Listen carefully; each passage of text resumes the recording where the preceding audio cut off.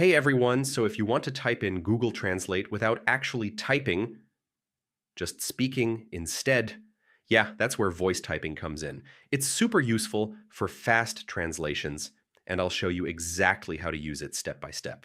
First, open the Google Translate app on your phone. Make sure you're connected to the internet for the best voice recognition results. Now choose your source language, the language you're speaking and the language you want to translate into. This helps Google understand your voice properly.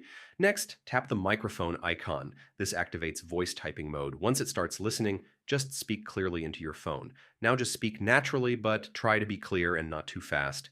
Google Translate will automatically convert your speech into text and then translate it instantly. If something looks wrong, you can tap the text to edit it or just try speaking again. Sometimes background noise can affect accuracy, so yeah, try to be in a quiet place if possible.